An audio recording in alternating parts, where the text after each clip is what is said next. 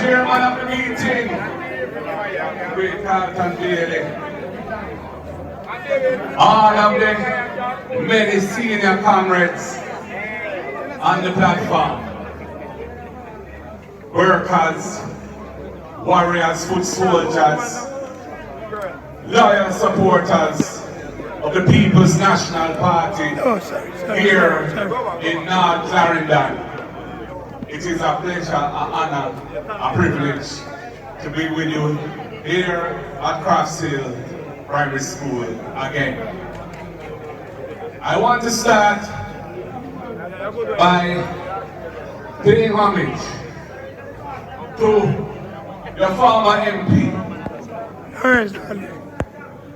a man who has been one of the greatest comrades I have had to interact with in the politics. He's a man who always puts the party at front of his own personal agenda or ambition.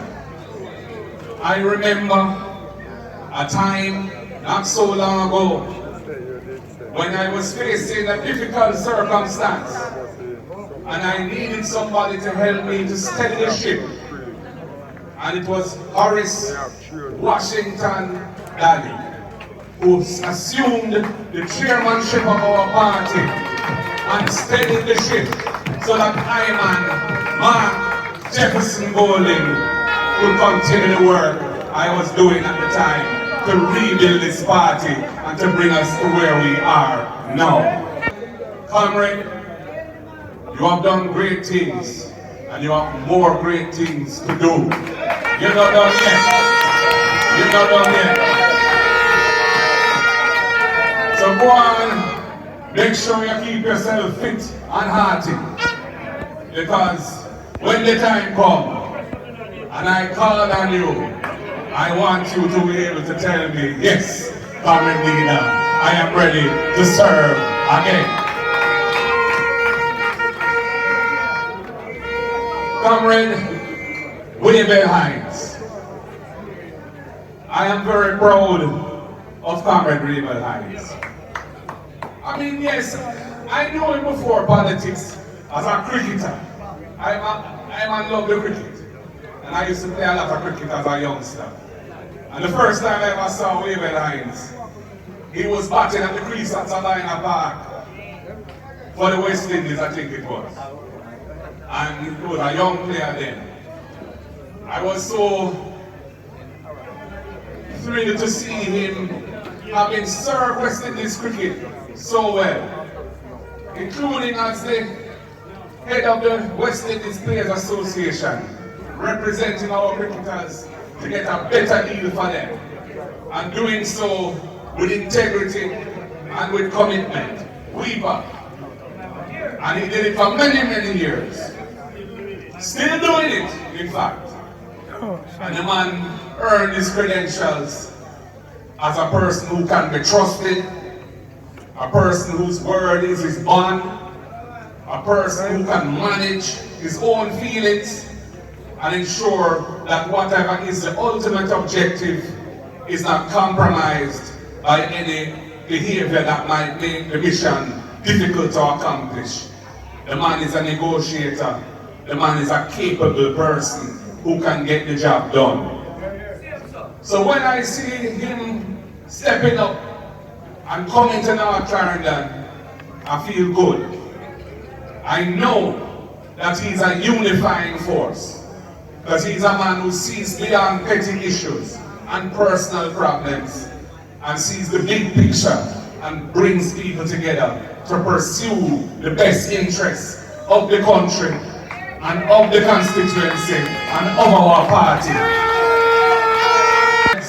You have a sample man who is stepping forward as your standard bearer. And I love the vibes I'm seeing here tonight. I'm loving the unity among all of I and I were there. Because unity is strength. And when we are moving together with a common cause, because we know where we are going, and we know that we have to deliver for Jamaica, we are an unstoppable political force.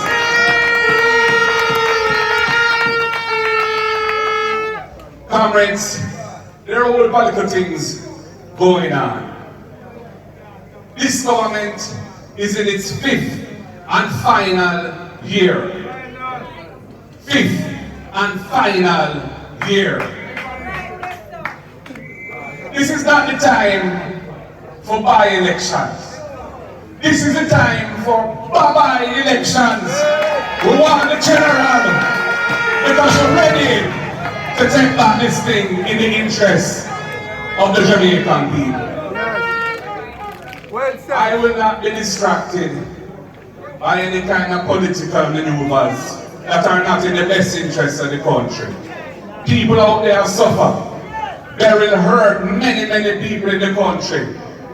The General Secretary has gone through, in his own inimitable style, highlighting some of the issues facing our people.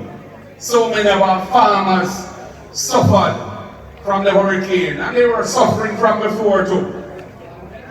And yet, the relief that is being passed on to them is inadequate, woefully. And you're going to take $30 million to run a by-election because you have 49 MPs, 48 now, and you can't find one who can do the work that is required. That shows that your team is not ready to be in government, and that you must be removed from government so another man and another group can take over. We have work to do, comrades. We have to set this country in the right direction. We have a situation where after all the heavy lifting that was done when Sister P was Prime Minister and Dr. Peter David Phillips was Finance Minister and Horace Daly was in that ministry, making sure that the public service was on board with the sacrifices that were needed at the time to take the country out of a very difficult situation of debt that was strangling us. And we are the ones who did the heavy lifting, and in 4 years took the country from the precipice and put it on the right path. I would have thought, and we all thought by now, that with the sacrifices that have been made and the tight fiscal management which have become part of how Jamaica has to be run, that we would have seen the fruits and the benefits flowing to the people through higher levels of inclusive and sustainable economic growth. They promised us 5 in 4. They have been unable to deliver anything remotely close to that. And in fact, in this 8th year or more, since they assumed office in 2016, in the fiscal quarter ending in June this year, before Beryl came and ravaged the country had no growth. 0.1% growth is what the Planning Institute of Jamaica tells us we have had. So there's a Ministry of Economic Growth.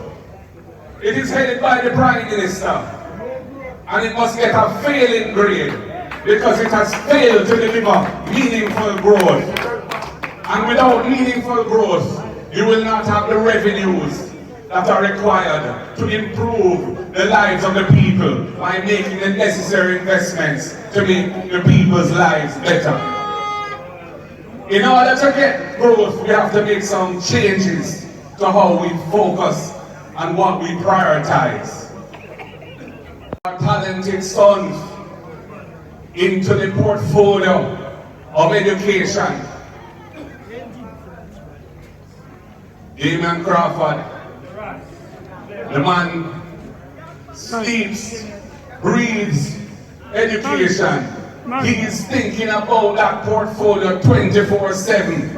When I have dialogue with him, whether it be over the phone, or whether it be in person, or by text, the man is thinking about every problem in the education system and coming up with innovative solutions to dealing with the problems.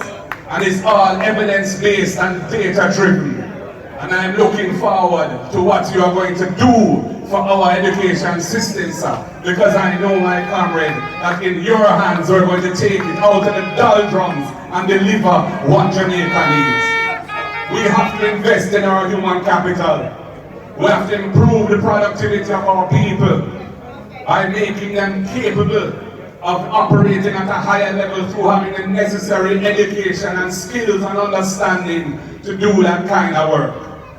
The health system, despite the man who in charge being such a PR expert, which is really his core competence, anybody who has to interface with the health system in this country and has to go into a public health facility because they are sick, dog name your supper, you can't get a bed, you have to sit down on a bench or a chair for hours and hours when you should be admitted and being looked after, and you're suffering there, and some of them don't make it because it is not right, and there's no dignity in how the health system is treating our people.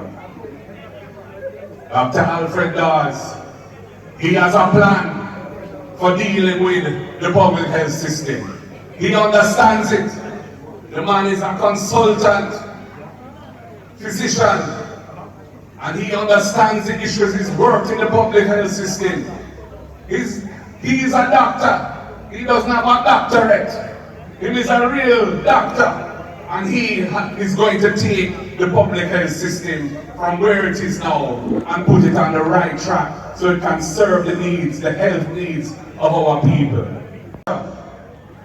Comrades, we have to have a robust and appropriate focus on agriculture as a mainstay of our economy. Agriculture has the potential to take Jamaica from being a low-growth, low-tech economy to one where we can generate wealth for our people all over, not just in town, but in the country parts, rural Jamaica. But it needs the right focus and support. We have talked about the need for cold storage facilities, and your MP in waiting has put on the table the need for 2 of them in this constituency, which is one of the leading producers of vegetable produce in the country. I support that initiative because I know that if we get behind our farmers and give them the right support and the right training, the right linkages, we can take our agriculture and our production to another level. Farm roads need attention. Credit and financing for farmers need attention. Cold storage facilities need attention. marketing support for farmers need attention. Opening markets for export and supporting our farmers need attention. The People's National Party sees agriculture and agro-industry as a mainstay which is not presently performing at the level and has not been for many, many years. That demand they understood it enough. That demand they put agriculture at the center of his development plans. In fact, I believe he held the portfolio of agriculture when he became premier in 1955.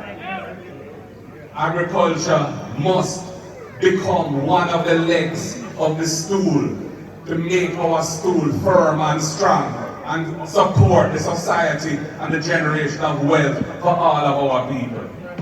And I have put our General Secretary in charge of it because he is a brilliant man.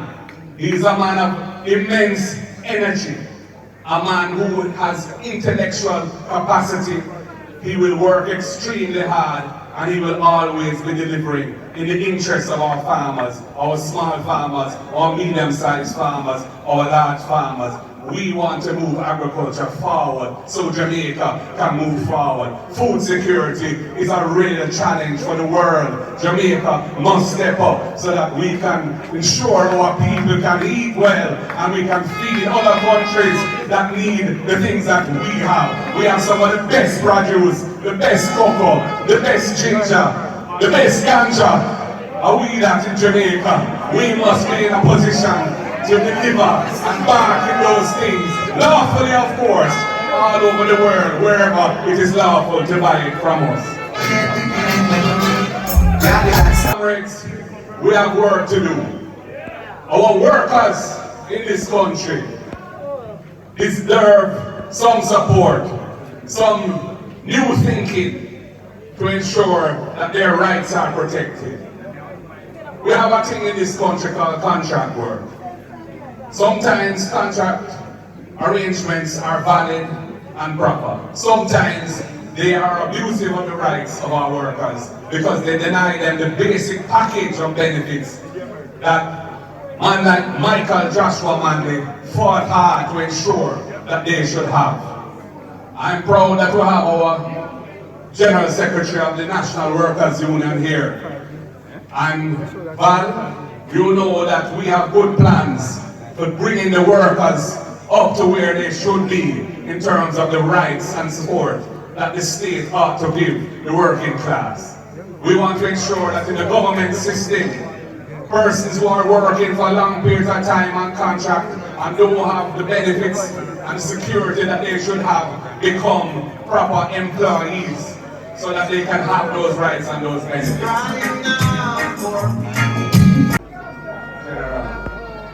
And in the private sector, we want to ensure that the rights of our workers are respected because we want a productive workforce and productive enterprises that can compete with the best in the world. And if we treat our workers with respect, our workers will deliver what the working class can deliver, which is top quality productivity in the workplace. Comrades, we need to respect the rights of our people. We have to respect the people like the Rastafari community and other indigenous groups, the Maroons. We can't have a situation where children who are the children of Rastafari parents can't send their children to school because they have locks. In this day and age, nothing can go so. And I'm ashamed that the government of Jamaica would put its legal resources to fight a case against a little girl who was denied access to primary school because she had locks. That could never happen under a PNP government, certainly not one led by Mark Jefferson Bowling. Beaches, we have a situation where the vast majority of the beaches in this country are not accessible to our people. We have to have a policy, a proactive policy that is respectful of all, but ensures that our people have access to the beaches of this country. In other parts of the Caribbean, which have a strong tourism product, they don't have a situation where they exclude access that their people ought to have. Their people are allowed to and do enjoy full access to the beaches of those countries and those islands. Jamaica needs to be ruled in a way that is sensitive to the needs and rights of all the people of this country. And there should be no exclusion or division or discrimination. We don't deal with that. We want to uplift all our people. So comrades, when we are in power, we have a lot of work to do. When we reach there, we have to take Jamaica from where it is now, which is really underperforming in terms of our true potential, and take it to the next level. Transformation, so many things, the culture and creative industries. I'm not going into all of that tonight. All I can say to you, comrades, is we are on a mission. We know where we are going. We want to take Jamaica to a higher heights. Put us on the right path of development, people-centered development, where all Jamaicans belong, all can benefit and feel part of the country and part of what Jamaica has to offer. And for that to happen, comrades, you have to do the work. You have to do your duty as our workers and warriors. You have to ensure any little issues, any little isms and schisms, any little personal divisions that may have existed in the past, we not deal with that. We have to put down those things because we have to come together as one. And we have to work in a common cause. You have a man stepping forward, a man who, when you deliver him to Garden House, will be part of the government. Won't be no backbencher, because he is a man who's tried and tested at the higher levels, and I know he's competent and capable, and I can rely on him to do the work of the people honestly and with diligence. So comrades, my message to you and my request of you is, let us do the political work that is required. Let us all go out there and sell the message, take the message to the people, that the People's National Party are united and strong and focused on making the lives of the people better and taking Jamaica to a better place. And let us do the work that is required, so when the time comes, North Clarendon will once again be in the column of the People's National Party, and part of the constituencies that are in Garden House on the right side, making sure that we form government. Comrades, are you ready to deliver North Clarendon for the People's National Party? Comrades,